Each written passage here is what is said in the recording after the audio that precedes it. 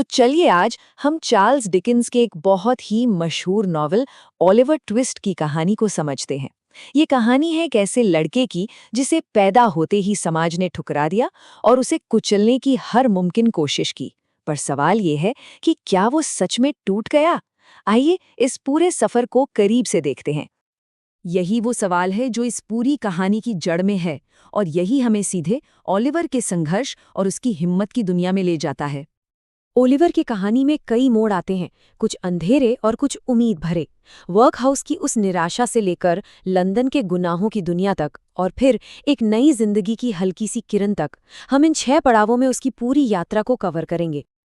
तो हमारी कहानी शुरू होती है 1830 के दशक के इंग्लैंड में एक बहुत ही बेरहम वर्कहाउस से। यहीं पर ओलिवर ट्विस्ट का जन्म होता है और जैसे ही वो अपनी पहली सांस लेता है, उसकी माँ अपनी आखिरी सांस ले लेती है। मतलब उसकी जिंदगी शुरू होने से पहले ही एक ट्रेजेडी बन जाती है। ओलिवर के जो पहले 9 साल थे, वो बस एक दुख से दूसरे दुख का सफर थे। उसे वर्कहाउस से एक और भी ज्यादा बुरे फार्म में भेज दिया गया। एक दिन जब उसने हिम्मत करके बस थोड़ा और दलिया मांगा, तो इस छोटे से गुनाह के लिए उसे एक ताबूत बनाने वाले को बेच दिया गया। जब वहां भी अपमान बर्दाश्त से बाहर हो गया, तो उसने एक ही रास्ता चुना, लंदन की ओर भागना। लंदन के पास पहुंचकर थका हारा ओलिवर एक लड़के से मिलता है। वो बहुत चालाक और फुर्तीला है और खुद को द आर्टफुल डॉजर कहता है। ओलिवर को उस वक्त ये बिल्कुल अंदाजा नहीं था कि ये मुलाकात उसे एक नई और कहीं ज्यादा खतरनाक दुनिया में खींचने वाली है। डॉजर ओलिवर को फैगिन के अड्डे पर ले जाता है। अब ये फैगिन एक शातिर अपराधी है जो बेसहारा लड़कों को चोरी करना सिखाता है और बदले में उन्हें रहने की जगह और खाना देता है। बेचारा ओलिवर अनजाने में ही इस जाल में फंस जाता है, एक ऐसी जगह जहां मासूमियत की कोई कीमत नहीं थी। गिरोह के साथ अपने पहले ही दिन ओलिवर को एक चोरी देखने पर मजबूर किया जाता है। मजे की बात देखिए, असली चोर तो भाग जाते हैं, लेकिन पकड़ा कौन जाता है? ओलिवर। उसे उस गुनाह के लिए सजा मिलने वाली थी जो उसने किया ही नहीं था। लेकिन वो सज्जन जिनका नाम था मिस्टर ब्राउनलो, वो भीड़ की बातों पर यकीन नहीं करते। वो ओलिवर के चेहरे पर उसकी मासूमियत देख लेते हैं, उसे अपने घर ले जाते हैं और उसकी देखभाल करते हैं। जिंदगी में पहली बार ओलिवर को पता चलता है कि दया और सम्मान जैसी चीजें भी होती हैं। पर ये खुशी ज्यादा देर तक नहीं टिकती। जैसे ही मिस्टर ब्राउनलो ओलिवर को एक छोटे से काम से बाहर भेजते हैं, फैगिन की एक साथी नैन्सी उसे जबरदस्ती पकड़ लेती है और उसे वापस उसी गुनाह की दुनिया में घसीट ले जाती है जहां से वो निकला था। इस बार फैगिन कोई रिस्क नहीं लेना चाहता। वो ओलिवर को एक बहुत ही क्रूर अपराधी बिल साइक्स के साथ एक घर में डकैती डालने के लिए भेजता है। और ये रात ओलिवर की जिंदगी की सबसे खौफनाक रात बनने वाली थी। चोरी की ये कोशिश एक भयानक सपने में बदल जाती है। घर में घुसते ही ओलिवर को गोली लग जाती है। बेरहम साइक्स उसे मरने के लिए वहीं छोड़कर भाग जाता है। लेकिन किस्मत देखिए, घायल ओलिवर लड़खड़ाता हुआ वापस उसी घर के दरवाजे पर पहुंचता है और बेहोश होकर गिर जाता है। और यहाँ कहानी में एक ऐसा मोड़ आता है जिसकी किसी ने कल्पना भी नहीं की होगी। जिस घर में वो चोरी करने गया था, वहां की मालकिन मिसेस मेली और उनकी भतीजी रोज उस पर तरस खाकर उसकी जान बचाती हैं और उसकी देखभाल करती हैं।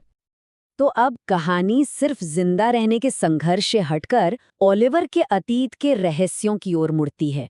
फैगिन का एक रहस्यमयी साथी है, मॉन्क्स। उसे ओलिवर की पहचान में बहुत गहरी दिलचस्पी है और वो उसे हर कीमत पर बर्बाद करना चाहता है। इसी बीच नैन्सी का ज़मीर जाग उठता है। वो अब ओलिवर को इस दलदल से बाहर निकालना चाहती है, तो वो अपनी जान जोखिम में डालकर छिपकर रोज और मिस्टर ब्राउनलो से मिलती है ताकि फैगिन और मॉन्क्स की पूरी साजिश का पर्दाफाश कर सके। तो आखिर ये सब हो क्यों रहा था? असल में हर किरदार एक बड़ी पहेली का हिस्सा था।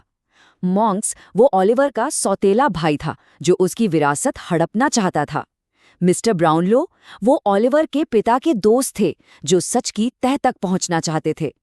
नैन्सी अपने किए पर पछता रही थी और रोजमेली वो तो अनजाने में ही अपने भतीजे की रक्षा कर रही थी।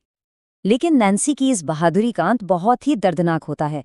फैगिन को उसके धोखे का पता चल जाता है और वो बिल साइक्स को भड़का देता है, जो गुस्से में आकर नैन्सी की बेरहमी से हत्या कर देता है। पर नैन्सी की कुर्बानी बेकार नहीं जाती। उसकी दी हुई जानकारी के दम पर मिस्टर ब्राउनलो साजिश की आखिरी कड़ियों को जोड़ लेते हैं। वो मॉन्क्स को ढूंढ निकालते हैं और उससे सच कबूल करने पर मजबूर कर देते हैं। और आखिर में वो राज खुल जाता है। ओलिवर कोई अनाथ और लावारिस बच्चा नहीं, बल्कि एक अमीर व्यक्ति का जायज बेटा है। और मॉन्क्स, जो उसका सौतेला भाई है, वो उसकी दौलत और पहचान को मिटाना चाहता था ताकि सारी विरासत उसे अकेले मिल जाए।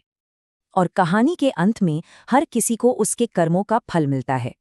ओलिवर और उसके साथ अच्छा करने वालों को एक खुशहाल परिवार और एक अच्छा भविष्य मिलता है। वहीं फैगिन, साइक्स और मॉन्क्स जैसे अपराधियों का अंत बेहद दर्दनाक होता है, जो ये दिखाता है कि अंत में अच्छाई की ही जीत होती है। और कहानी एक आखिरी बहुत ही प्यारे मोड़ के साथ खत्म होती है। ये पता चलता है कि रोज़मेली, जिसने ओलिवर की इतनी देखभाल की, वो कोई और नहीं बल्कि उसकी अपनी सगी मौसी है। ओलिवर को आखिरकार एक सच्चा और प्यार करने वाला परिवार मिल ही जाता है। ओलिवर को आखिर में उसका हक और एक प्यार करने वाला परिवार तो मिल जाता है, लेकिन डिकिंस हमें एक गहरे सवाल के साथ छोड़ जाते हैं कि इतनी मुश्किलों और इतनी नफरत के बावजूद ओलिवर हमेशा अच्छा कैसे बना रहा? क्या ये उसकी अपनी चॉइस थी या उसके खून में ही अच्छाई थी? ये सवाल आज भी उतना ही मायने रखता है कि हम वैसे बनते हैं जैसे हमारे हालात होते हैं, या वैसे जैसे हम अंदर से होते हैं।